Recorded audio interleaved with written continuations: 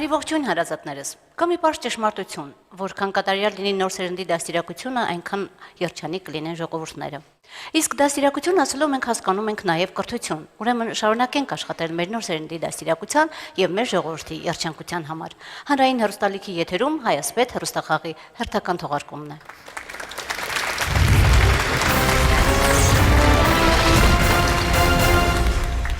Հաղորդաշարին աջակցում է Հայաստանի Հանրապետության Պաշտպանության նախարարությունը, պաշտոնական գործընկերն է Կրթության և գիտության նախարարությունը։ Կյանքում ամենահաստատուն հարստությունը գիտելիքն է իհարկե, կարելի է կյանքում ամեն ինչ կորցնել, սակայն գիտելիքը երբեք չես կորցնի։ Հենց այդ հարստության համար էլ պայքարում ենք մենք եւ իհարկե մեր մասնակիցները, ներկայացնենք նրանց։ Արարատի մարզից Խարվերդի Հովանես Թլկատնեցու անվան համար 1 միջնակարգ դպրոցի սաներին,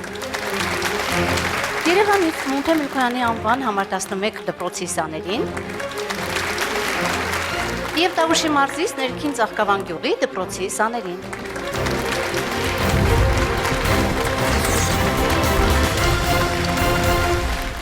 Ողջունում ենք ձեզ և առաջարկում ենք սկսել առաջին փուլը։ Իսկ առաջին փուլում մենք կներկայացնենք մեր պատմության այն դրվագներից, որը ինչ-որ մի ժամանակ մեզ ստիպեցին մոռանալ։ Արցախի հերոս Թևան Ստեփանյանի կյանքի անհավատալի պատմության և մեր վառաշխարհի գաղտնիքների մասին կլինի մեր առաջին փուլը։ Սկսում ենք կարմիր թիմից։ Մենք ողջունում ենք բոլորին, մաղթում դիտարժան խաղ և ընտրում ենք Բեն տառը։ Բեն տառը խնդրեմ։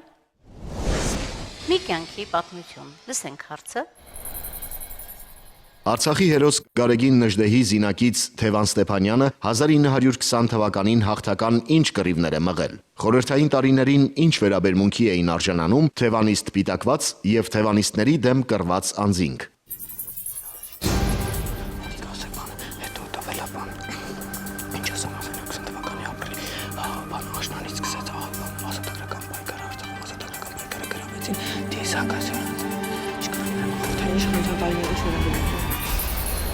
Խնդրեմ, պատասխան։ Հարցին կպատասխանեմ ես, Համլետ Կարապետյանս։ Թևան Ստեփանյանը 1920 թվականին հաղթական կռիվներ է մղել Արցախում, Դիզակի շրջանում, հենց այդտեղից է սկսեց ազատագրական պայքարը, նրանք գրավեցին Դիզակը, Վարանդան և Խաչենի մեծ մասը և սպառնում էին Աղդամին ու Շուշիին։ Խորհրդային իշխանության տարիներին նրանց հալածում էին, ձերբակալում, թևանականների դեմ կռված անձինք թոշակ էին ստանում, մոտ 300 հոգի, նաև թանգարանի տնօրեն Շահեն Մկրտչյանը նշում է, որ գալիս էին մարդիկ և պահանջում գրել իրենց մասին, քանի որ նրանք կռվել են թևանականների դեմ։ Նորից խնդրում եմ ասել, իսկ թևանիստների դեմ ինչ վերաբերմունք կար։ Խորհրդային իշխանության տարիներին նրանց հալածում էին Աքսորում, Ալթայի, Երկրամաս և այլ։ Լավ, այսքան է։ Լսենք մեր պատասխանը։ 1920 թվականին Դրոյի և Նժդեի հանձնարարությամբ Թևան Ստեփանյանի ջոկատն ազատագրում է Դիզակը, Վարանդան, Խաչենի զգալի մասն ու կենտրոնանում Աղդամի ու Շուշիի ուղղությամբ։ Սակայն Կարմիր բանակի անհամեմատ մեծ ուժերի ճնշման տակ հետ է քաշվում դեպի Կապան և միանում Նժդեհին։ Ժամանակակիցների հուշերով միայն թևանիստ պիտակը բավական էր, որ մարդիկ բանտ նստեին կամ աքսորվեին, իսկ թևանիստների դեմ կռվելու համար միայն 300 հոգի թոշակ էր ստանում։ Ողջունում ենք կարմիր թիմին։ Խնդրեմ, պարոն Սողոմոնյան։ Կարմիր թիմը վաստակում է 9 միավոր։ 9 միավոր է վաստակում կարմիր թիմը, անցնում ենք կապույտ թիմին, խնդրեմ։ Մենք ողջունում ենք հակառակորդ թիմերին, ցանկանում հետաքրքիր խաղ եւ մենք ընտրում ենք A տառը։ A տառը, խնդրեմ։ Վառաշխարհի գաղտնիքները։ Լատիներենից թարգմանաբար ինչ է նշանակում տանգո բառը, ինչպես է առաջացել ռեկվիեմ բառը և ստուգաբանորեն ինչ է նշանակում։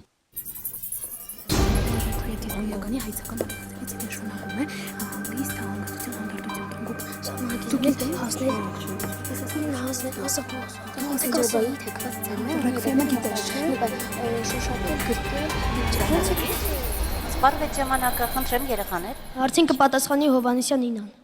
Խնդրեմ, Նինա։ Տանգոն լատիներեն փոխառություն է։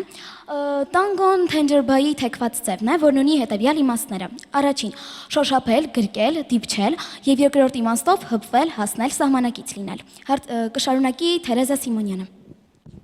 Ռեկվիեմը առաջացել է լատիներեն ռեկվիետս գոյականի հայցական հոլովաձևից, նշանակում է հանգիստ, հանգստություն, հանդարտություն, վերաբերելով մարմնին և հոգուն։ Ռեկվիեմը մի քանի մասից բաղկացած սգոխմբերքային ստեղծագործություն է, որը երբեմն կատարվում է մեներջի կողմից նվագախմբի ուղեկցությամբ։ Լրացուն։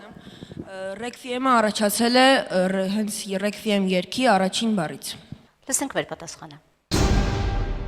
Լատիներենում տանգոն բայի խոնարհված ձև է եւ նշանակում է գրկում եմ, շոշափում եմ։ Իբրև բարի անվանում բառը տարածվել է իսպաներենի միջոցով։ Ռեկվիեմ լատիներեն նշանակում է հանգիստ, հանգստություն։ Այն մի հոգևոր երգի առաջին բառն է։ Քարացած բառաձև, որը դարձել է հոգևոր երաժշտության տեսակի անվանում։ Ողջունում ենք կապույտ թիմին։ Խնդրեմ, պարոն Գալստյան։ Կապույտ թիմը վաստակում է 10 միավոր։ Այո, միշտ նշել ենք եւ հիմա էլ մեկ անգամ նշենք, որ երբեմն մեր պատասխանների մեջ կան հավելյալ տեղեկություններ, որոնք մենք պարզապես հեռուստադիտողի համար ենք մեջ բերում եւ եթե երեխաները այն չեն ներկայացրել, ապա դրանից միավոր չեն կորցնում։ Անցնում ենք նարնջագույն թիմին, խնդրեմ։ Ողջունում ենք բոլորին, ցանկանում ենք հետաքրքրաշարժ եւ դիտաժան խաղ։ Թող հաղթի գիտելիքը։ Մենք ընտրում ենք այբ տառը։ Այբ տառը, խնդրեմ։ Վարաշխարի գաղտնիքները դարձյալ։ Ստուգաբանորեն ինչ է նշանակում դոմինո։ Եկեղեցու հայրերն ինչ կապ ունեն այս խաղի հետ։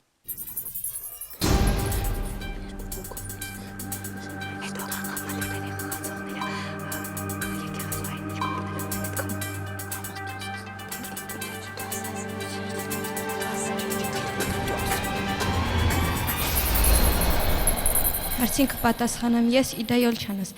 Դոմինո բառը առաջացել է լատիներեն դոմինուս բառից, որը նշանակում է տեր։ Եկեղեցու հայրերը ազատ ժամանակ ծառայությունից ազատվելու համար ստեղծել են այդ խաղը։ Իսկ թանապես հայրերն ինչ կապ ունեին նրա հետ ավելացնելու բան ունեք։ Եկեղեցու հայրերն ինչ կապ ունեին։ Եկեղեցու հայերի կնգուղավոր տիկնոցը եւս կոչվում է դոմինո, եւ այդ տեսակ սկեստ կրողները եւս կոչվում են դոմինո։ Այսքանը։ Լավ, տեսենք մեր պատասխանը։ Խաղը հորինել են կաթոլիկ վանականները, սկզբում այն անուն չուներ։ Խաղն սկսելիս վանականն ասում էր «Դոմինո գրացիաս», «Փառք Տիրոջը»։ Դոմինո լատիներենից թարգմանաբար նշանակում է «Տիրոջը»։ Խաղն սկզբում այդպես էլ կոչվում էր «Դոմինո գրացիաս», բայց ժամանակի ընթացքում երկրորդ բաղադրիչը հանվել է եւ խաղը կարճ կոչվել է «Դոմինո»։ Ողջունում ենք նարնջագույն թիմի։ Պարոն Գալստյան, խնդրեմ։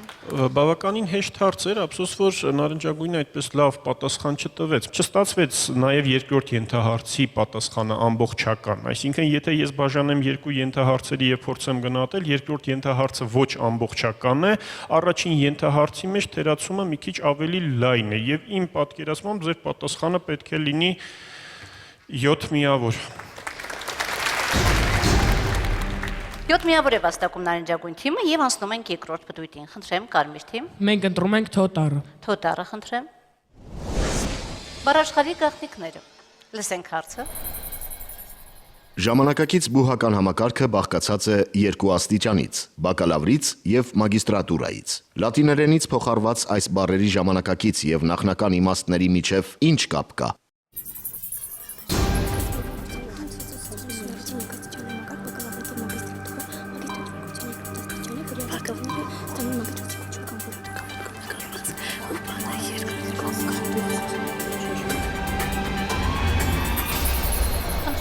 Հարցին կպատասխանի Մանե Մկրտչյանը։ Ժամանակակից բուհական կրթության ոլորտում ընդունված է ուսուցման ուսումնառության երկաստիճան համակարգ բակալավրատ եւ մագիստրատուրա։ Մագիստրատուրան կրթության երկրորդ աստիճան է, որի ավարտողները պաշտպանելով մասնագիտական թեզեր ստանում են մագիստրոսի կոչում կամ որակավորում։ Եվ բնում է պարզել, թե ինչ ստուգաբանական կապ կա ժամանակակից եւ նախնական իմաստների մեջ։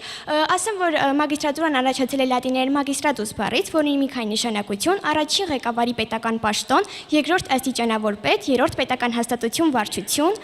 Հին Հռոմում մագիստրատուրաները զբաղեցրել են պատրիկները, բացի ժողովրդական տրիբունի պաշտոնից եւ առաջացել են մեր թվարկությունից առաջ 6-րդ դարի վերջ, նաեւ որոշ երկրներում էր մագիստրատուրան համարժեք է մունիցիպալիտետին։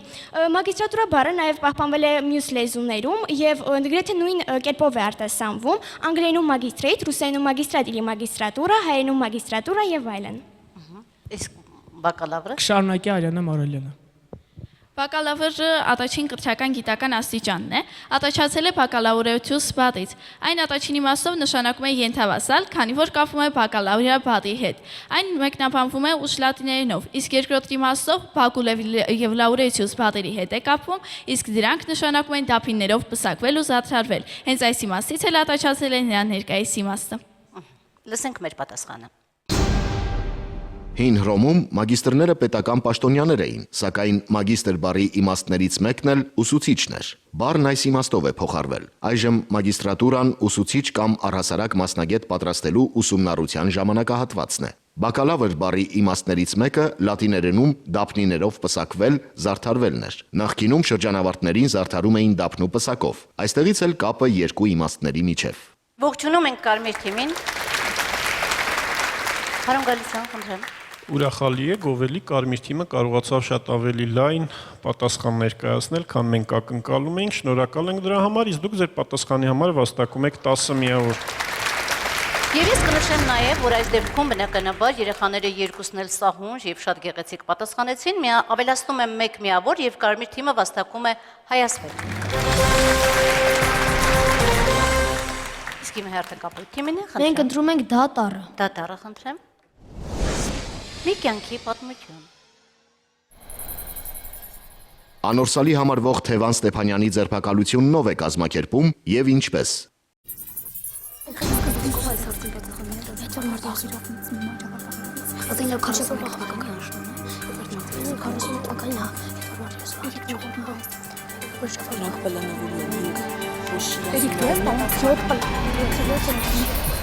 Խնդրեմ։ Հարցին կպատասխանեմ ես Ասլանյան Էրիկս։ Թևան Ստեփանյանի ձերբակալությունը կազմակերպում է Միրջաֆար Բաղիրովը եւ Էդվարդ Մարտիրոսովը 1941 թվականի աշնանը։ Միրջաֆար Բաղիրովը հայտնում է, որպեսզի Էդվարդ Մարտիրոսովը պետք է ձերբակալի Թևան Ստեփանյանին։ Էդվարդ Մարտիրոսովը կազմակերպում է 7 ծրագիր, որից ամենահարմարավետը 5-րդն էր։ Նրանք իրենց հետ վերցրել էին Ղարաբաղցի եւ գնում են որտեղ որ Թևան Ստեփանյանն էր աշխատում։ Այդ ժամանակ նրանք գտնվում են Շիրազից 10-12 կիլոմետր հեռավորության վրա եւ ասում եմ իբրև թե մեքենան չի աշխատում։ Այդ ժամանակ Թևանը գալիս է ասում է, որ մենք որ օրվա Ղարաբաղցի ենք, որպեսզի միմյանց չօգնենք եւ այդ պահին նրան ձերբակալում են եւ տանում Բաքու։ Իսկ ով էր ձերբակալող Մարտիրոսովը։ Էդվարդ Մարտիրոսովը Իրանում հետախուզության աշխատակից էր։ Լավ։ Տեսենք մեր պատասխանը։ 1941 թվականին խորհրդային հետախուզական ջոկատի հրամանատար Էդվարդ Մարտիրոսովին Իրանից անսպասելի կանչում են Բաքու եւ գաղտնի հանձնարարություն տալիս։ Իրանում է ապրում խորհրդային միության կատաղի թշնամի, դաշնակցական զինված ուժերի նախկին հրամանատար Թևան Ստեփանյանը։ Ձեր խնդիրն է ձերբակալել նրան եւ հասցնել Բաքու։ Իմանալով, որ Թևանը ղեկավարում է Շիրազ քաղաքի մոտ գտնվող ճանապարհաշինարարական մի բրիգադ, խումբը մեկնում է այնտեղ։ Ձևացնելով, թե մեքենան փչացել է, նրանք սկսում են Արցախի բարբառով բարձր խոսել։ Լսելով հարազատ բարբառը, Թևանն ուրախացած մոտենում է նրանց եւ «Ղարաբաղցի եք, ես ձեր հոգուն մատաղ» բացականչելով առաջարկում է իր օգնությունը։ Եվ հենց գլուխը թեքում է մեքենայի շարժիչի կողմը, խումբը վրա է թափվում եւ ձերբակալում։ Հարասողոմյան, խնդրեմ։ Կապույտ թիմը իհարկե տվեց պատասխան եւ հիմնականում տրվեց պատասխան, բայց մի քանի կարևոր շեշտադրումներ այդ պատասխանից բացակայում էին։ Այն որ պետք է շեշտվեր, որ դիտմամբ ձևացնում են, որ Արցախի բարբառով խոսում են եւ պետք է շեշտվեր հենց այդ պահը, որ Թևանը իր միամտությունից, իր սրտացավությունից ելնելով է մոտենում։ Երկրորդ հստակ նշվեր, որ Իրանում էր գտնվում։ Մի քանի այսպիսի կարևոր շեշտադրումներ կար, երևի տղան էլ մի փոքր հուզվել էր, բայց փաստը մնում է փաստ, որ պատասխանը նաեւ անկազմակերպ էր, ուստի Կապույտ թիմը վաստակում է 8 միավոր։ Եվ այստեղ առավել կարևոր էր, որ մենք հարցնելով թե ով էր ձերբակալում, մի նկատի չունեինք միայն անուն ազգանուն, որը սկզբունքորեն ոչինչ չի ասում մեր հեռուստադիտողին։ Կարևոր էր ասել թե ով էր նա եւ այո, թե ով էր այդ հայազգին, որ իրականում իրագործեց Թևանի ձերբակալությունը։ 8 միավոր է վաստակում Կապույտ թիմը եւ անցնում ենք նարնջագույնին։ Մենք ընտրում ենք Ž տառը։ Մի կյանքի պատմություն։ Ըստ Էդվարդ Մարտիրոսովի հուշերի, երբ խոշտանգումներից գրեթե անճանաչելի դարձած Թևանին վերջին անգամ բերում են դատարան, նա ինչ խնդրանքով է դիմում իրեն ձերբակալած հայ պաշտոնյային։ Խորապես ազդված ռուս դատավորն ինչ կարծիք է հայտնում Թևանի մասին։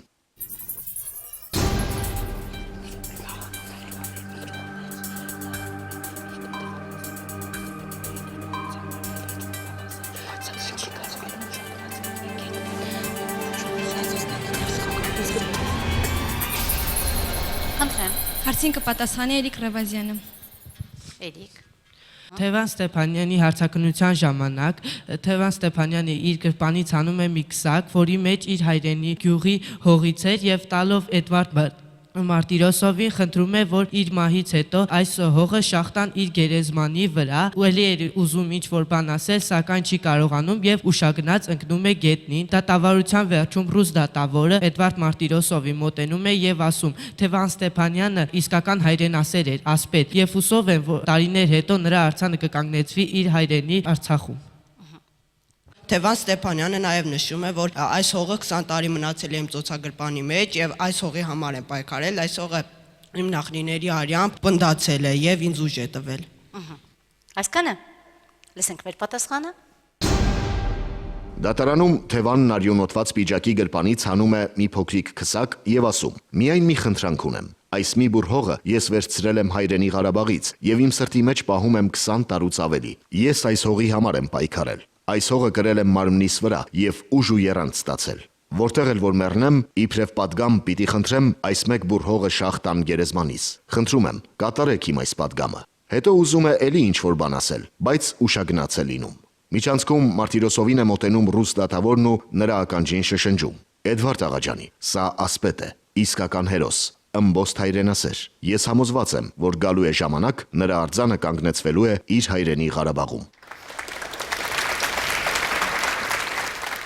Եվ Թևան Ստեփանյանը եւ Էդվարդ Մարտիրոսովը անցյալում են մնացել, բայց նրանց երկուսի կերպարն էլ դաս է ուղղված ապագային։ Մի դեպքում, որ ինչ պաշտոնյա էլ լինես, պետք է առաջին հերթին հիշես, որ դու առաջին հերթին հայ ես, հետո պաշտոնյա, եւ երկրորդ դեպքում կյանքիդ գերնպատակը դարձնես հայրենիքին ծառայելը։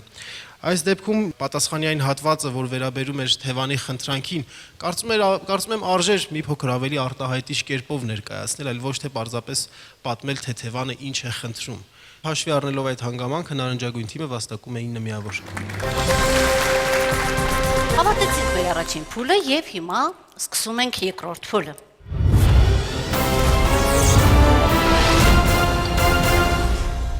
Ճանաչիր աշխարհը եւ արվեստի լույսը։ Կլսենք մեր երկրորդ փուլում։ Խնդրեմ, Կարմիր թիմ։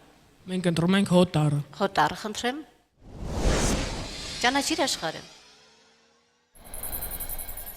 Որ երկրի դրոշն է ներկայացված։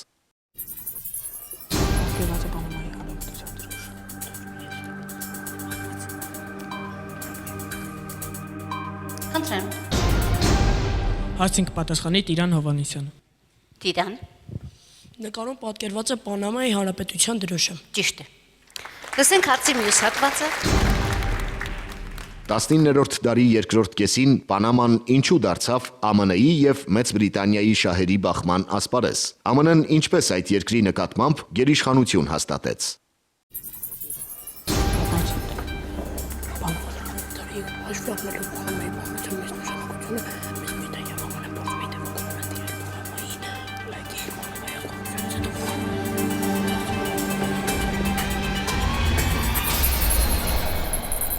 Տասնիններորդ դարի երկրորդ կեսին ԱՄՆ-ը եւ Մեծ Բրիտանիան ցանկանում էին տիրել Պանամային, որովհետեւ հաշվի առնելով Պանամայի պարանոցի մեծ նշանակությունը, ԱՄՆ-ն ընդառաջում է Պանամային եւ 1901 թվականին Պանամայում ցանկանում էին ջրանց կառուցել եւ ջրանցքի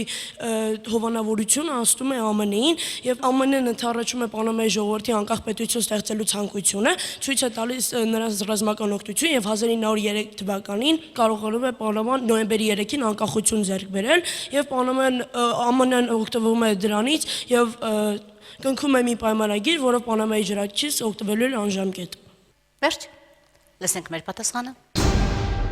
19-րդ դարի երկրորդ կեսին Պանամայի պարանոցում խաղաղ եւ Ատլանտյան օվկիանոսները միմյանց կապող ջրանցք կառուցելու ծրագրեր էին մշակվում։ Այդ պատճառով ԱՄՆ-ն եւ Մեծ Բրիտանիան պայքարում էին այդ երկրում տիրապետություն հաստատելու եւ ջրանցքի գոտին շահագործելու համար։ 1879 թվականին ջրանցքի կառուցումն սկսեց ֆրանսիական մի ընկերություն, որի սնանկացման պատճառով ծրագրի իրականացման իրավունքը 1901 թվականին անցավ ԱՄՆ-ին։ Ընդառաջելով Պանամայի բնակչության անկախանալու ձգտմանը, ամերիկացիները նաև ռազմական օգնություն ցույց տվեցին, եւ 1903 թվականին Պանաման անկախացավ։ Այդ իրավիճակից օգտվելով ԱՄՆ-ն Պանամայի հետ կնքեց ջրանցքի գոտին անժամկետ տնօրինելու պայմանագիր եւ գերիշխանություն հաստատեց երկրի տնտեսական ու քաղաքական կյանքում։ Ողջունում ենք Կարմիր թիմին։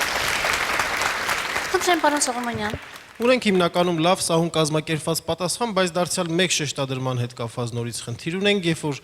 հարցին պատասխանվում է, թե ինչու էին ԱՄՆ-ն եւ Մեծ Բրիտանիան պայքարում Պանամայում գերիշխանություն հաստատելու համար, դուք շեշտեցիք ահայով, որ խնդիրը ջրանցք անցկացնելու մեջ էր, բայց այդ ջրանցքի նշանակությունն էլ նաեւ պետք է շեշտվեր, թե ինչ ջրանցք էր դա, երկու օվկիանոսները իրար կապող ջրանցք, այդ կարևորությունը պետք է անպայման շեշտադրվեր եւ Կարմիր թիմը վաստակում է 9 միավոր։ 9 միավոր է վաստակում Կարմիր թիմը եւ անցնում ենք Կապույտ թիմին։ Մենք ընտրում ենք Խ տառը։ Խ տառը խնդրեմ։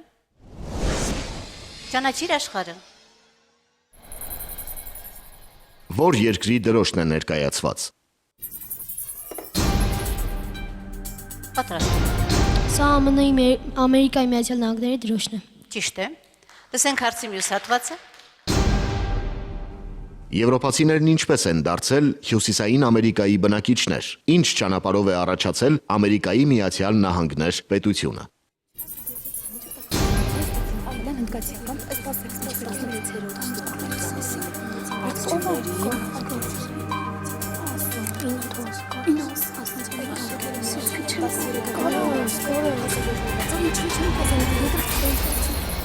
Խնդրեմ, երեխաներ։ Հարցին կպատասխանի Հովհաննիսյանն է։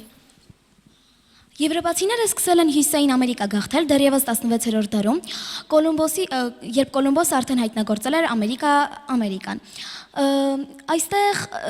հնդկացիներն էին ապրում, անգլիացիները Ատլանտյան օվկիանոսի ափին հիմնում են իրենց գաղութները եւ 1776 թվականի հուլիսի 4-ին 13 գաղութները միավորվում են եւ ստեղծվում է Ամերիկայի Միացյալ Նահանգների Հանրապետությունը։ Առաջին նախագահը եղել է Ջորջ Վաշինգտոնը, ում պատվին էլ այսօր կոչվում է Ամերիկայի Միացյալ Նահանգների մայրաքաղաքը Վաշինգտոն։ ԱՄՆ-ն մինչ 2007 թվականը ունեցել է 48 նահանգ, իսկ այժմ կա 50 նահանգ։ Արդեն 1958 թվականին նահանգ է դարձել Ալյասկան, իսկ 1959 թվականին Հավայան կղզիները։ ԱՄՆ-ն այն եզակի երկրներից է, որի տարածքում երկար ժամանակ պատերազմներ չեն եղել, մինչդեռ ԱՄՆ-ն մասնակցել է եւ առաջին եւ երկրորդ համաշխարհային պատերազմներին։ Ամենաերկարը գահակալել է ԱՄՆ-ում Ֆրանկլին Ռուզվելտը։ Լսենք մեր պատասխանը։ Եվրոպացիներն սկսել են Հյուսիսային Ամերիկա գաղթել 16-րդ դարից, այն բանից հետո, երբ Կոլումբոսը հայտնագործեց այն։ Նրանք հնդկացիներին, ամերիկյան մայրցամաքի բնիկներին վտարում էին դեպի ամայի տարածություններ, արգելաբնակավայրեր։ 17-րդ դարում վերաբնակիչները, հիմնականում անգլիացիներ, Ատլանտյան օվկիանոսի ափին հիմնեցին իրենց բնակավայրերը, գաղութները։ 1776 թվականի հուլիսի 4-ին 13 գաղութ միավորվելով ազատագրվեց անգլիական տիրապետությունից եւ աշխարհի քարտեզի վրա հայտնվեց նոր պետություն՝ Ամերիկայի Միացյալ Նահանգները։ Ողջունում ենք Կապույտ թիմին։ Պարոն Սողոմոնյան, խնդրեմ։ Այս դեպքում եւս ընդհանուր առմամբ տրվեց պատասխանը եւ պատասխանի մեջ երկրորդ մասում ավելի շատ անդրադարձակ ձեր հարցին չվերաբերող նյութերի սկսեցիք խոսել հարցին չվերաբերող բաների մասին, փոքրինչ մոռանալով, որ կարելի էր հենց Ամերիկայի բնակեցման վերաբերյալ ասել ավելին, քան այն, որ 16-րդ դարում Կոլումբոսի հայտնագործումից հետո ուղղակի եկան հաստատվեցին։ Մեր էկրանին իհարկե մի մտքի մասին է գրված, որ հնդկացիներին վտարում էին։ Կարելի էր եւ այդ շեշտել եւ այլ բաներ շեշտել։ Ուստի ես համարում եմ, որ էլի ինչ որ մի բան պակաս է ձեր պատասխանի մեջ, ընդհանուր առմամբ շատ լավ է, ողջևորում եմ ձեզ, քաջալերում եմ, բայց էլի մի բան պակասում է եւ դուք վաստակում եք 9 միավոր։ 9 միավոր է վաստակում Կապույտ թիմը, անցնում ենք Նարնջագույնին։ Մենք ընտրում ենք Մեն տառը։ Մեն տառը խնդրեմ։ Ճանաչիր աշխարհը։ Որ երկրի դրոշն է ներկայացված։ Պատրաստ ենք։ Պատկերված է Կանադայի դրոշը։ Ճիշտ է։ Լսենք հարցի մյուս հատվածը։ Կանադայի առաջին վերաբնակիչներն ովքեր էին, այդ տարածքում նրանց ինչն էր գրավում։ 17-րդ դարում այդ երկիրն ինչու էին անվանում Նոր Ֆրանսիա։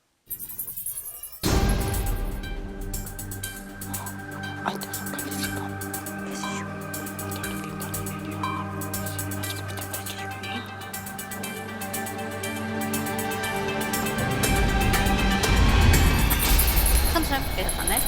Այսինքն պատասխանի Հայկ Թեմուրյանը։ Հայկ, լսում ենք։ Այնտեղ են գալիս ֆրանսիացիները եւ անգլիացիները, 500 ֆրանսիացիներ եւ անգլիացիներ եւ այնտեղ հիմնում են իրենց գաղութները։ Այնտեղ գալիս են հիմնականում հարուստ մորթով կենդանիների վաճառքի համար։ Նա անվանվել է Նոր Ֆրանսիա, քանի որ այնտեղի բնակչության մեծամասնությունը ֆրանսիացիներն էին եւ 10%-ն էին միայն անգլիացիներ։ Այսքանը։ Լսենք մեր պատասխանը։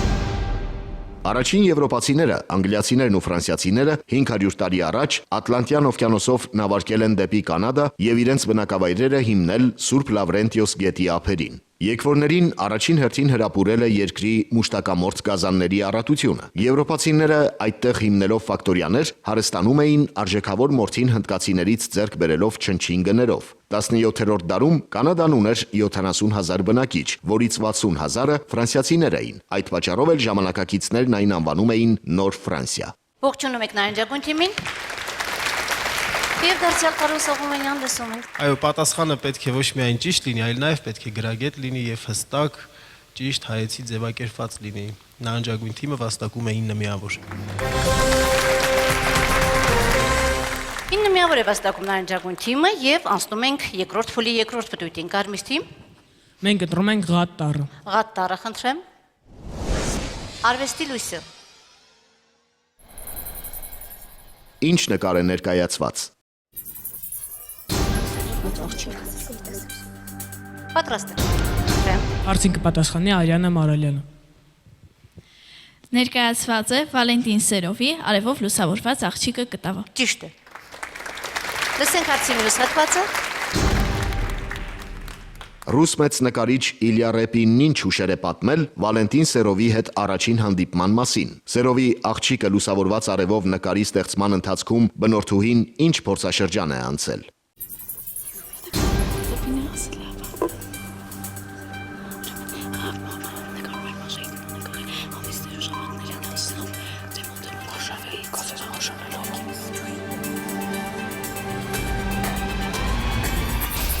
Խնդրեմ։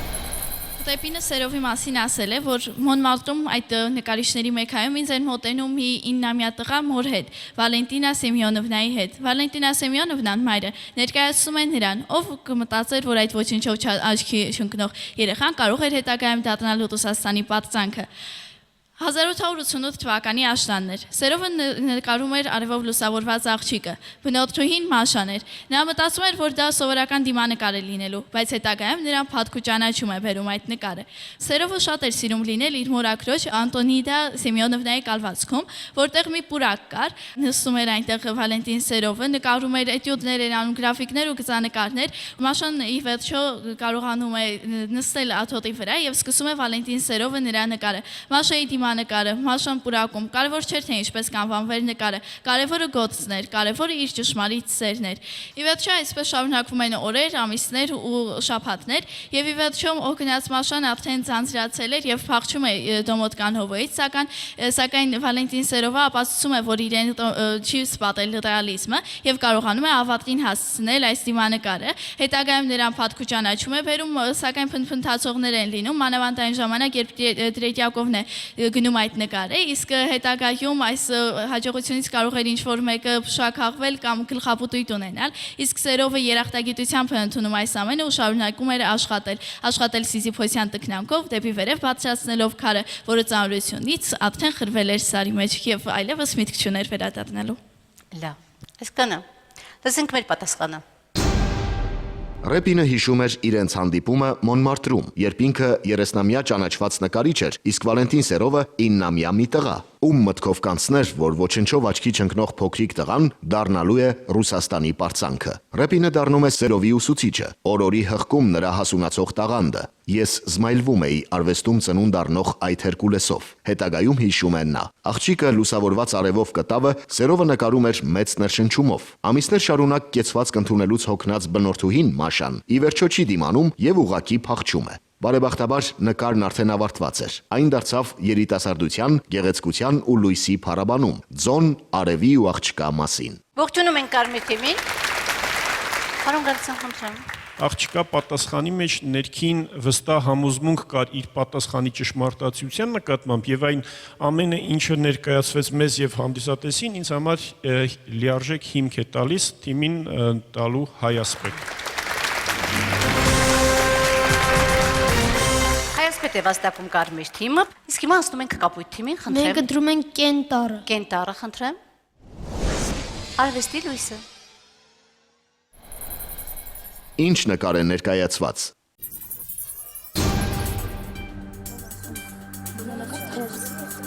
Պատրաստ ենք։ Պատկերված է Հովանես Այվազովսկու Նոյը իջնում է Արարատից նկարը։ Ճիշտ է, անցնենք հարցի մյուս հատվածին։ Հովանես Այվազովսկին ինչ ներշնչանքով է ստեղծել իսպանական գիշերը կտավը։ Նկարի մասին ինչ է ասել ռուս նկարիչ Ալեքսանդր Իվանովը։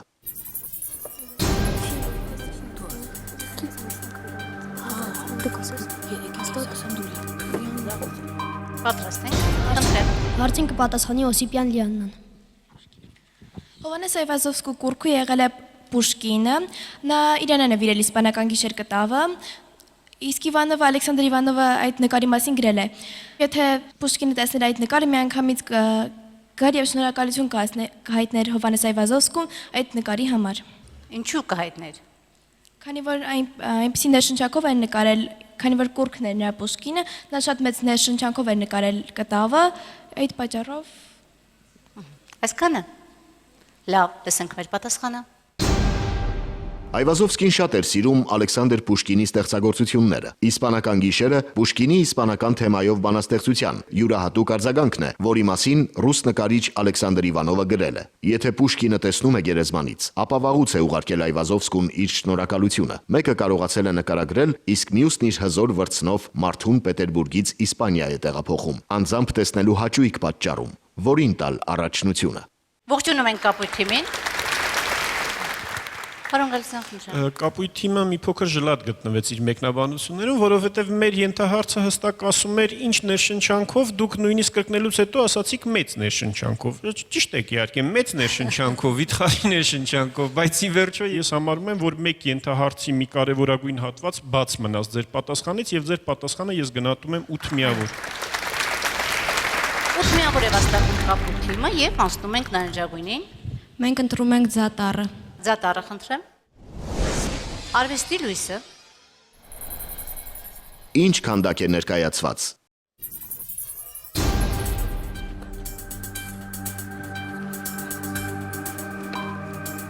Պատրաստ ենք։ Ներկայացված է Պետր Պաուլ Ռուբենս Աստծո ձեռքը քանդակը։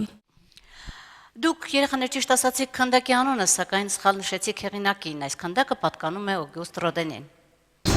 Լսենք հարցի մյուս հատվածը։ Ռոդենի որ քանդակի մասին է բանաստեղծ Ռայներ Ռիլկեն ասել. այն կարող է հուշարձան լինել բոլոր անժամանակ մահացածների համար։ Ռոդենի աշխարհահռչակ աշակերտ Բուրդելն ինչ հարաբերություններ ուներ հայ ժողովրդի հետ։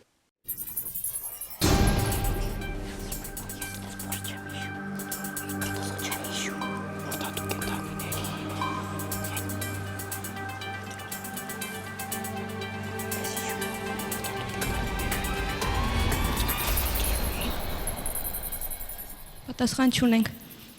Չկա պատասխան։ Լավ, լսենք պատասխանը։ Ռիլկեն նկատի ուներ Կալեի քաղաքացիները խմբաքանդակը։ Այն պատկերում է իրական հերոսների, պաշարված Կալե քաղաքի բնակիչներին, որոնք իրենց հայրենի քաղաքը կործանումից փրկելու համար ինքնակամ գնում են մահվան։ Հայտնի քանդակագործ Բուրդելը բարեկամական կապերի մեջ էր գրականագետ Արշակ Չոպանյանի հետ, հրաշալի գիտեր մեր մշակույթը եւ շատերի հետ իր բողոքի ձայնն է բարձրացրել ընդդեմ ցեղասպանության։ Ձեր հուշարձանների ավերակները ոչ թե բաց երկնքի տակ են, այլ իմ հոգու մեջ, որպես Ռեյմսի, բյուզանդացի ստրկուհի Սուրբ Սոֆիայի ավերակների քույրեր, ասել է նա։ Պարոն Գալստյան։ Քանի որ հարցին պատասխան չի հնչել, իսկ նկարը ճանաչելու համար մենք տալիս ենք 2 միավոր, իսկ այս դեպքում էլ հեղինակի անունը սխալ նշվեց, հետեւաբար նարնջագույն թիմը վաստակում է ընդամենը 1 միավոր։ Այո։ Այսպեսով ավարտում ենք նաև երկրորդ փուլը եւ երկրորդ փուլից հետո մեզ մոտ մշակութային փուլն է։ Հիմա մեր էկրաններին կհայտնվի երկբառը եւ կարմիր թիմը կընտրի իր ուզաստառը եւ կտեսնենք թե որ բարերքն է կատարում։ Խնդրեմ։ Մենք ընտրում ենք գիմտառը։ Գիմտառը, խնդրեմ։ Հայրո, համեցեք։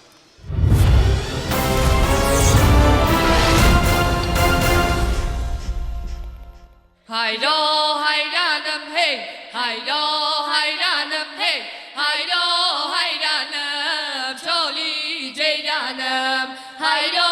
հայրանım çoli ceylanım հայրոն նստերը վրթորա շրթան խմերը խայֆեն դրեր վրծնկան խմերը խայֆեն դրեր վրծնկան հայրոն նստերը օթու մուտ քնջան խրով է կնգան կապերը խունջան խրով է կնգան կապերը խունջան հայրո հայրանım hey հայրո հայրանım hey հայրո հայրանım çoli ceylanım հայրո հայրանım çoli ceylanım հայրո կայները վրոթու քնջան աշկը գցերը դրկցու կնգան աշկը գցերը դրկցու կնգան կացին գստամբուլ բերինք ջուխտմսոլ հայրոն ու յարը հակնին դորեդոր հայրոն ու յարը հակնին դորեդոր հայրո հայրանım hey հայրո հայրանım hey հայրո հայրանım çoli ceylanım հայրո հայրանım çoli ceylanım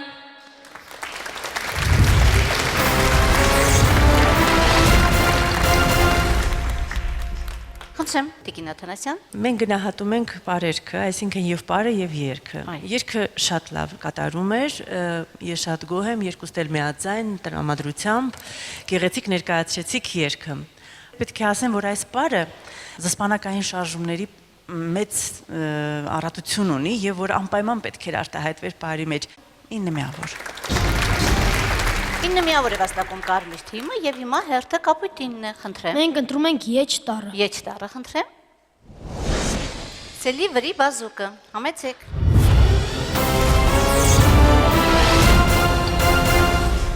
Սելի վրի բազուկը հայլել է հարայլ է կաղթևիս բիլազուկը Հոպայի զարկե ուքել է, սիրել եմ սերներեսին, հայլել է հարայլ է, անթարամ թերներեսին, հոպայի զարկե ուքել է Մատանուս կապուտակը հայլել է հարայլ է չրավնգավ ձրբակը հոպայի զարկե ուքել է, մատանուտ կապուտակը հայլել է հարայլ է, ինչ գործ ունի մեր բակը, հոպայի զարկե ուքել է Էդ ինչը լավ որ սիր հայլել է հարայլ է բլբուլի պես խոսեցիր հոպայի զարկե ուքել է, եկանք հասանք բաց մեկը, հայլել է հարայլ է բարո մաշես գուլպեքըտ, հոպայի զարկե ուքել է բարո մաշես գուլպեքըտ, հոպայի զարկե ուքել է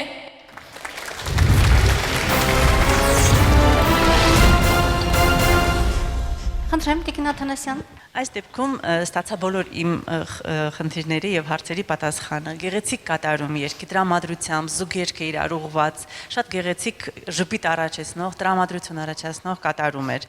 Եվ բարը նույնպես զսպանակային շարժումներով, թռիչքներով հարուստ եւ չէի կարեւորը դուք ռիթմից չէիք դուրս գալիս, այսինքն պահպանում եք երգի մետրը։ Դա շատ կարեւոր է։ 10 միավոր։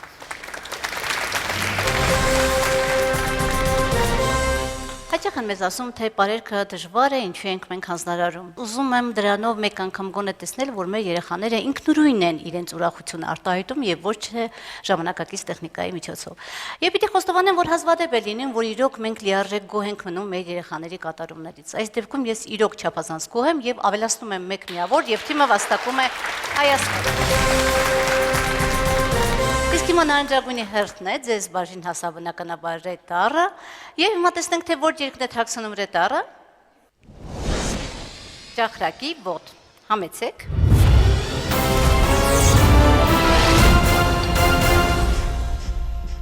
Ճախրակի ոտ փշատի խանե, ճախրակը մանոշին շատի ճանե, ճախրակի ոտ փշատի խանե, ճախրակը մանոշին շատի ճանե, բոստանա բարձիկ սարե, չեն կնա ճախրագմաներ ճախրագի ոտ փշատի ճախրագման օշիմ շատի ճախրագի ոտ փշատի ճախրագման օշիմ շատի ճախրագի ոտ գյուրի խանե ճախրագման օյոցուրի ջանե ճախրագի ոտ գյուրի խանե ճախրագման օյոցուրի ջանե բոստանա բարձիկ սարե չեմ կնա ճախրագմաներ ճախրագի ոտ գյուրի ճախրագման օյոցուրի ճախրագի ոտ գյուրի ճախրագման օյոցուրի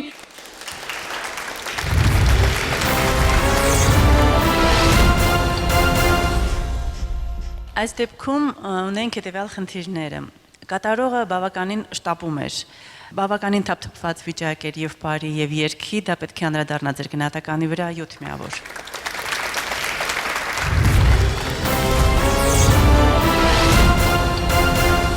Հիմա անցնում ենք վերջին երրորդ փուլին։ Արվեստի ճյուղեր իհարկե շատ կան, սակայն երաժշտությունն է, որ խոսում է ամբողջ մարդկության հոգու հետ։ Երաժշտությունն է, որ չի հարցնում ոչ ազգություն, ոչ երկիր, ոչ սահմաններ, հենց այդ մասին էլ կլինի մեր երրորդ փուլը։ Աշխարհի երկրներ եւ դասական երաժշտություն։ Խնդրեմ, Կարմիր։ Մենք ընտրում ենք չատարը։ Չատարը խնդրեմ։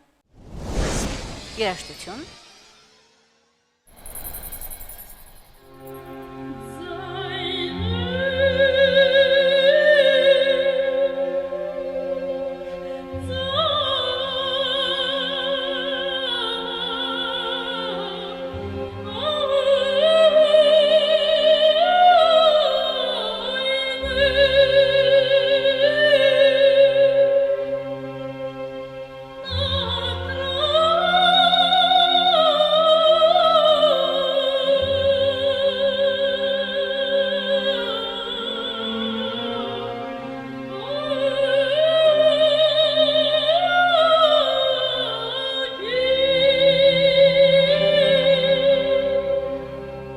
Խնդրեմ, երեխաներ, հիմա պատասխանում եք, թե Լուսնե Զաքարյանի կատարման որ երգը հնչեց եւ ում ստեղծագործությունը։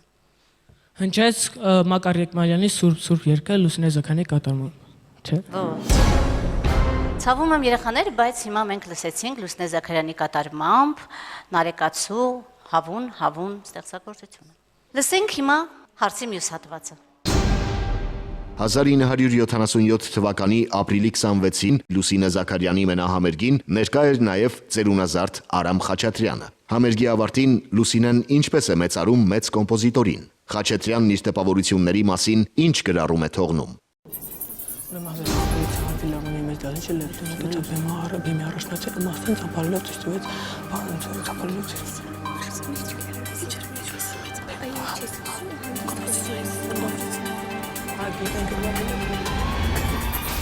Խնդրեմ։ Հարցին կպատասխանեմ ես Համլետ Կարապետյանս։ Լուսինեն համերգի ժամանակ մոտեցավ Մարիանայի Ռոյալին, որը ծածկված էր ծաղիկներով, նա դրանցից ջոկեց ամենալավերը, մոտեցավ բեմի առաջնամասին, ծափարելով ցույց տվեց Արամ Խաչատրյանին։ Արամ Խաչատրյանը մոտեցավ նրան, համբուրեց, վերցրեց ծաղիկները եւ մոտեցավ բեմի առաջնամասին։ Այդ ժամանակ երբ մոտեցավ, ծափարությունների որոտ սուրաց։ Համերգից հետո Արամ Խաչատրյանը գնում է փոքրիկ զարդասենյակ,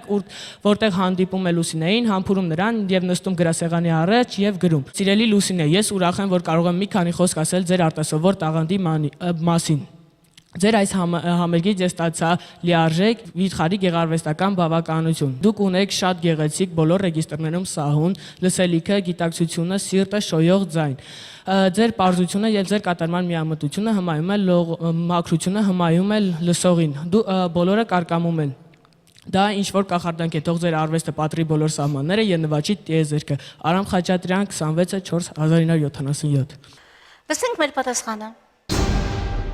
Համերգի ավարտին Լուսինեն նկատելով մեծ կոմպոզիտորին, ծաղիկները ձեռքին մոտենում են նրան։ Արամ Խաչատրյանը բարձրանում է բեմ։ Դահլիճը հոտնկայից փոթորկալից ծափահարություններով ողջունում է կոմպոզիտորին, որի աչքերից հոսում էին արցունքները։ Հետո բեմը կիսամութ է դառնում, եւ Լուսինեն ասես Խաչատրյանի համար երգում է Սուրբ Սուրբը։ Համերգից հետո մոտենալով Լուսինեի գրասեղանին Արամ Խաչատրյանը գրում է. Սիրելի Լուսինե, ձեր պարզությունը եւ կատարման անարատ մաքրությունը հմայում են լսողին։ Բոլորը կարկամում են։ Դա ինչ որ կախարդանք է։ Թող ձեր արվեստը պատրի բոլոր սահմանները եւ նվաճի տիեզերքը։ Ողջունում ենք Կարմիր թիմին։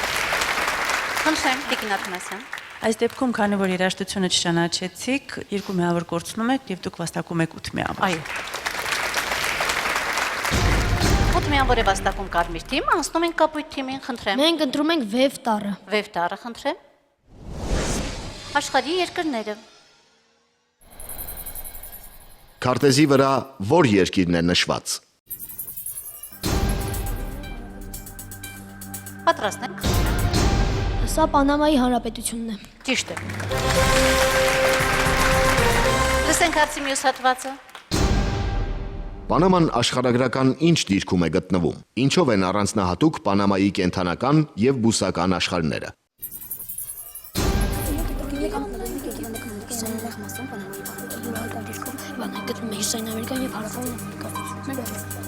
Պատրաստ ենք։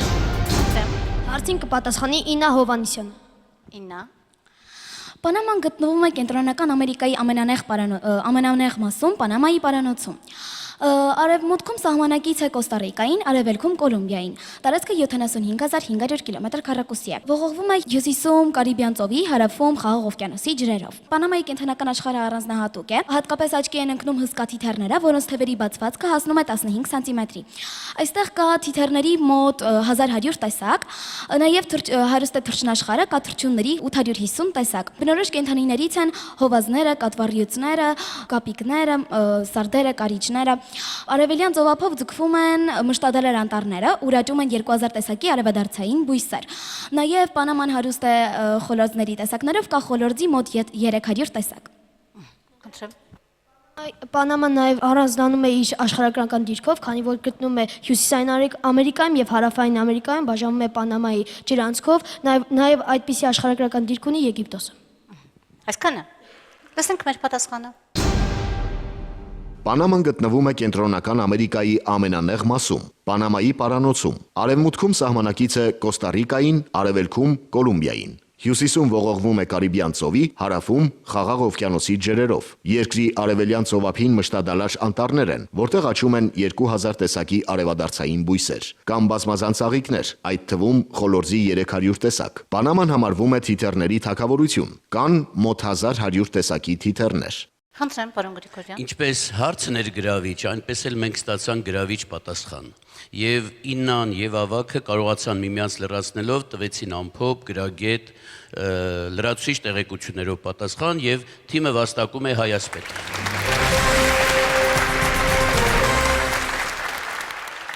Հայասպետ է վաստակում կապույտ թիմը եւ անցնում ենք նարնջագույնին։ Մենք ընտրում ենք պետառը։ Պետառը, խնդրեմ։ Երաժշտություն։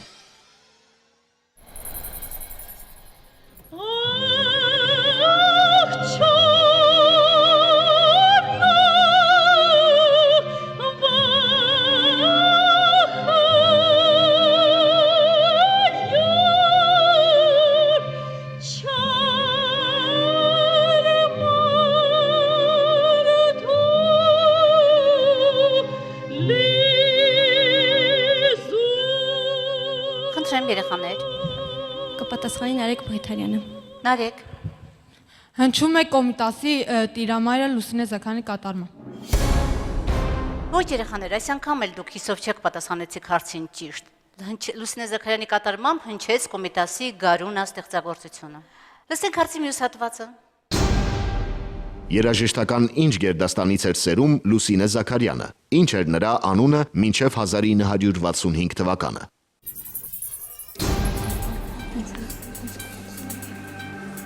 Պատրաստ են։ Հարցին կպատասխանեմ ես։ Լուսինե Զաքարյանը մինչև 1965 թվականն ուներ Սվետլանա անվանումը, որը Լուսինեի հայերեն թարգմանությունն է։ Նա սերում էր հայտնի երաժշտական տոհմից Իոսիֆ Տոմաշևիչից, ով հայտնի բաս պրոֆունդո էր եւ ուներ բավական լավ ձայնային տվյալներ։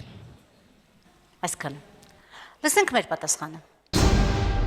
Լուսինե Զաքարյանի պապը Հովսեփ Տոմաշևիչը Պետերբուրգի օպերային թատրոնի մեներկիչ էր, Շալյապինի ընկերը, իսկ տատը Ելենա Պավլովնան դաշնակահարուհի էր։ Նրա հայրը, մայրը, եղբայրը նույնպես երաժշտական կրթություն ունեին։ Լուսինեի անունը Սվետլանա էր։ 1965 թվականին նա իր ապագա ամուսնու Խորեն Պալյանի խորհրդով թարգմանում է անունը եւ հայտնի դառնում իբրև Լուսինե Զաքարյան։ Եվ խնդրեմ Տիկին Աթանասյան։ Դուք վաստակում եք 6 միավոր։ Բայց միավոր է վաստակում նարնջագույն թիմը եւ վերջին բտույտը կարմիր թիմ, խնդրեմ։ Մենք ընտրում ենք տյուն տառը։ Տյուն տառը, խնդրեմ։ Երաժշտություն, ուշադիր լսեք, խնդրում եմ։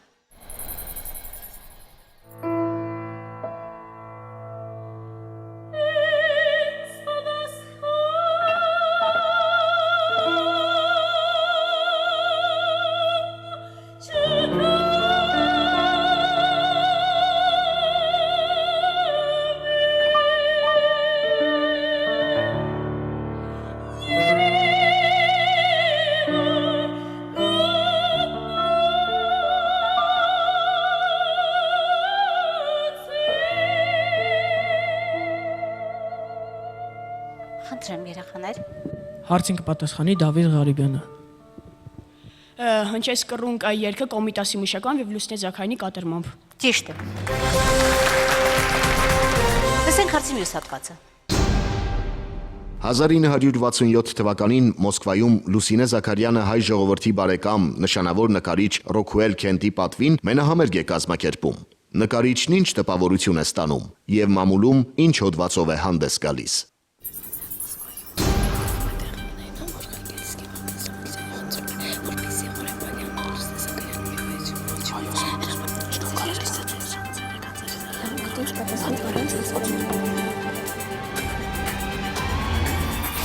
Խնդրեմ։ Հարցին կպատասխանի Արիանա Մարելյանը։ Արիաննա։ 1967 թվականին Մոսկվայում կարևոր հանդիպում է տեղի ունենում։ Արխանգելսկին, ով Վագն Ստամբոլցյանի բարեկամներից մեկն էր, խնդրում է Լուսինե Զաքարյանի եւ Խորեն Պալյանին ոչ մեծ հրապարակայինային համերգ տալ Ռոքուել Քենտի պատվին, ով եկել էր Հայաստանից եւ պատրաստվում էր հայրենիք մեկնել։ Այդ ժամանակ որոշվում է ընտրել համերգ դասախոսություն ձևը։ Լուսինե Զաքարյանը երգում է 10 շարական եւ մեղեդի, իսկ Խորեն Պալյանը տալիս էր բացատրությունները։ Յուրաքանչյուր բացատրությունից հետո թարգմանվում էր այն անգլերենով։ Այդ ժամանակ Ռոքուել Քենտը չէր կարողանում հուզմունքը իր զսպել եւ ստեպ տանում էր աչքերը թաշկինակը աչքերին։ Այդ ժամանակ նախորը հուզումով էր ընդունում Լուսինեի երգը եւ հարկ էր լինում նաեւ ընդմիջումները շատ երկարացնել։ Դրանից հետո ավարտից հետո Ռոքուել Քենտը մոտենում է Լուսինե Զաքարյանին եւ ասում. Ձեր երաժշտության այս գանձերը կարող են պատիվ բերել յուրաքանչյուր քաղաքակիրթ ազգի։ Աշխատեցեք պահպանել դրանք եւ ձեր երաժշտության այս տատապանքով անցած երգերը տվեք աշխարհին։ Ինչպես նաեւ Արխանգելսկին մի հետաքրքիր նվեր էր պատրաստել Քենտի պատվին։ Նա իր հետ բերել էր մի խաչապայտի մասունք եւ դա տալիս է Քենտին։ Քենտը ուրախությամբ է ընդունում նվերը։ Հաջորդ մի քանի օրերի ընթացքում Ռոքուել Քենտը Վեչետրայա Մոսկվայում գրում է մի հոդված Լուսինե Զաքարյանի մասին։ Այն ձայնը, որ լսեցի, ամենագերազանցելի ձայներից մեկն էր եւ իմ պատկերացումը հրաշքների երկիր Հայաստանի մասին ամբողջական չէր լինի, եթե չլիներ այդ նոր հրաշքի Լուսինե Զաքարյանի երգը։ Խնդրեմ մեր պատասխանը։ Լուսինեն կատարում է 10 շարական։ Ամեն մի երգ թարգմանվում էր, բացատրվում Խորեն Պալյանի կողմից։ Նկարիչն ամբողջ համերգի ընթացքում հուզմունքից ալեկոծվում էր։ Երբ համերգն ավարտվում է, նա Լուսինեին ասում է. «Ձեր երաժշտության գանձերը պատիվ կբերեն ամեն մի քաղաքակիրթ ազգի»։ Մի քանի օրից Վեչերնայա Մոսկվա թերթում Քենտը գրում է. «Այն ձայնը անգերազանցելի ձայներից էր, որ երբևէ լսել եմ իմ կյանքում։ Իմ պատկերացումը հրաշքների երկրի Հայաստանի մասին ամբողջական չէր լինի, եթե չլիներ այդ նոր հրաշքի Լուսինե Զաքարյանի երգը»։ Ողջունում եք Կարմիր թիմին։ Հրաշալի կազմակերպված խոսք, փայլուն պատասխան հարցի, հավելված կարևոր տեղեկություններով, որոնք վերաբերվում են հարցին, եւ իհարկե վաստակում եք հայասպետ։ Հայասպետ է վաստակում Կարմիր թիմը եւ Կապույտ թիմ ձեր հերթն է։ Մենք ընտրում ենք Քետառը։ Քետառը, խնդրեմ։ Աշխարհի երկրները։ Քարտեզի վրա ո՞ր երկիրն է նշված։ Քարտեզի վրա պատկերված է Մեքսիկայի Միացյալ Նահանգները։ Ճիշտ է։ Լսենք հարցի մյուս հատվածը։ Ներկայացրեք Մեքսիկայի աշխարհագրական դիրքը, նշեք մայրաքաղաքը։ Ինչու է համարվում, որ երկրի տարածքում լեռնակազմությունը դեռ չի ավարտվել։ Գտնում եք կենտրոնական Ամերիկայում, հյուսիսից չէ, դուք աշխարհագրական դիրք կասեցնեք։ Պատրաստ։ Հարցին կպատասխանի Իննա Հովանեսյան։ 9 Մեքսիկան գտնվում է Հյուսիսային Ամերիկայում, զբաղեցնում է Հյուսիսային Ամերիկայի հարավային հատվածը։ Հյուսիսում սահմանակից է ԱՄՆ-ին, իսկ հարավ-արևելքում սահմանակից է Բելիզի եւ Գվատեմալային։ Տարածքը 1,958,200 կիլոմետր քառակուսի է։ Մայրաքաղաքը Մեխիկո։ Արևմուտքում ողողվում է Խաղաղ օվկիանոսի, իսկ արևելքում Ատլանտյան օվկիանոսի ջրերով։ Հաջորդ հերթին կպատասխանի Երիկը։ Լեռնարկազմությունը չի ավարտվում, քանի որ ձգվում է մինչև Կորդիլերյան համակարգը ձգվում է մինչև Չիլի երկիրը, այդ պատճառով չի ավարտվում լեռնարկազմությունը, քանի որ նաև արևմուտքից ձգվում են արևմտյան Սիերա Մադրե լեռները, արևելքից արևելյան Սիերա Մադրե լեռները, իսկ հարավում հարավային Սիերա Մադրե լեռները։ Եվ ընդհանուր առմամբ Մեքսիկայում հաճախ էին լինում երկրաշարժեր եւ հրաբուխներ, եւ այդ ամենից հասկանում ենք, որ այնտեղ դեռ լեռնարկազմությունը չի ավարտվել։ Լսենք մեր պատասխանը։ Մեքսիկան գտնվում է Հյուսիսային Ամերիկայում։ Հյուսիսում սահմանակից է ԱՄՆ-ին, հարավում Բելիզին եւ Գվատեմալային։ Արևմուտքում ողողվում է Խաղաղ օվկիանոսի, արևելքում Կարիբյան ծովի եւ Մեքսիկական ծոցի ջրերով։ Մայրաքաղաքը Մեխիկոն է։ Հաճախակի տեղի ունեցող երկրաշարժերը վկայում են, որ այս տարածքում լեռնարկազմությունը դեռ չի ավարտվել։ Գործող հրաբուխներից հայտնի են Օրիսաբան եւ Պոպոկատեպետլը։ Ինան շատ լավ սկսեց եւ լեռնակազմության մասին երբ ավակ խոսեց, իհարկե լեռնակազմության ապացույցներից մեկը ոչ միայն սեյսմիկ պրոցեսներն են, երկրաշարժերը, այլ նաեւ գործող հրաբուխները, չնշվեց գործող հրաբուխները եւ թիմը վաստակում է 9 միավոր։ 9 միավոր է վաստակում կապույտ թիմը եւ անցնում ենք նարնջագույնին։ Խնդրեմ։ Մենք ընտրում ենք Փյուր տարը։ Փյուր տարը խնդրեմ։ Աշխարհի երկրները։ Քարտեզի վրա որ երկիրն է նշված։ Խնդրեմ։ Արդեն կպատասխանի Հեկ Թեմուրյանը։ Նշված է Կուբայի Հանրապետությունը։ Ճիշտ է։ Եվ հարցը խնդրեմ։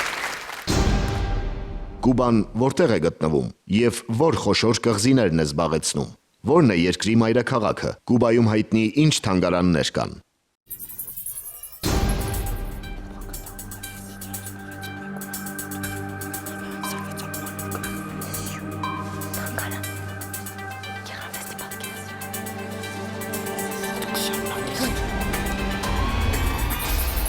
Խնդրեմ։ Արդեն կպատասխանի Հեկ Թեմուրյանը։ Կուբան գտնվում է Վեստիդիայում, զբաղեցնում է Կուբա Խուվենտուտ եւ 1600 մանր կղզիներ, տարածքը 110000 կիլոմետր քառակուսի է, հյուսիսից նրա ափերը ողողում են Ֆլորիդյան եւ Մեքսիկական ծոցերի ջրերով, իսկ հարավից ողողում է Ատլանտյան օվկիանոսի ջրերը, արևմուտքից Ատլանտյան օվկիանոսի ջրերը, մայրաքաղաքը Հավանան է, այնտեղ կան գեղարվեստի թանգարաններ եւ 18-րդ դարի կաթոլիկ տաճարներ։ Լավ, լսենք մեր պատասխանը։ Կուբայի հանրապետությունը գտնվում է Վեստ Ինդիայում։ Զբաղեցնում է Կուբա, Խուվենտուտ, խոշոր եւ շուրջ 1600 մանր կղզիներ։ Մայրաքաղաքը Հավանան է։ Երկրում կան 200-ից ավելի թանգարաններ, որոնցից առավելապես հայտնի են Հեմինգուեյի տուն թանգարանը, աշխարհում միակ ծովահենների պատմության թանգարանը եւ այլն։ Ողջունում ենք նարնջագույն թիմին։ Եվ վերջին պատասխանն են գնահատում պարոն Գրիգորյան։ Հարցը հեշտ էր, ես կարծում էի լավ պատասխան կստանանք,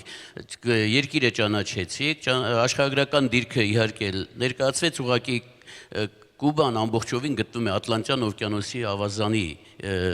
ջրային տարածքներում, այսինքն հյուսիսային մասում Մեքսիկական ծոցն է, հարավայինում Կարիբյան ծովը, էլ այնտեղ նշեցիք Ֆլորիդայի ծով եւ այլ, վերջը։ Ես համարում եմ աշխարհագրական դիրքը ընդհանուր առմամբ ճիշտ նշված, բայց թանգարանների մասին կարևորը չնշվեց եւ մի քիչ էլ աշխարհագրական դիրքում այդ թերությունները հաշվի առնելով թիմը վաստակում է 7 միավոր։ 7 միավոր է վաստակում նարնջագույն թիմը, այսպեսով այսօրվա մեր խաղն ավարտվեց եւ ես հիմա դառնում եմ դեպի հեռուստավահանակն ու պատրաստվում հայտարարելու այսօրվա միավորները։ Առաջին տեղում է Նոր Խարբերդի թիմը 68 միավորով։ Երկրորդ տեղում է Երևանի թիմը 66 միավորով։ Եվ երրորդ տեղում է Ներքին Ծաղկավանի թիմը 46 միավորով։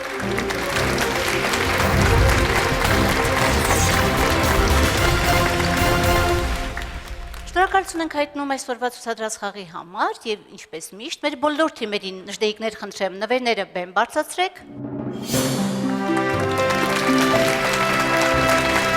Ապլաստենք նաեւ որ բնականաբար հաղթողին հավաստում են մի փոքր ավելին, հաղթող թիմը իր դպրոցի համար վաստակում է նաև Հայաստանի Հանրապետության եւ Արցախի մեծամասշտաբ քարտեզ եւ կիսաեզրափակիչ անցնելու դեպքում նաև 5 օրյա արշավ Հայաստանի որևէ տեսարժան վայրում։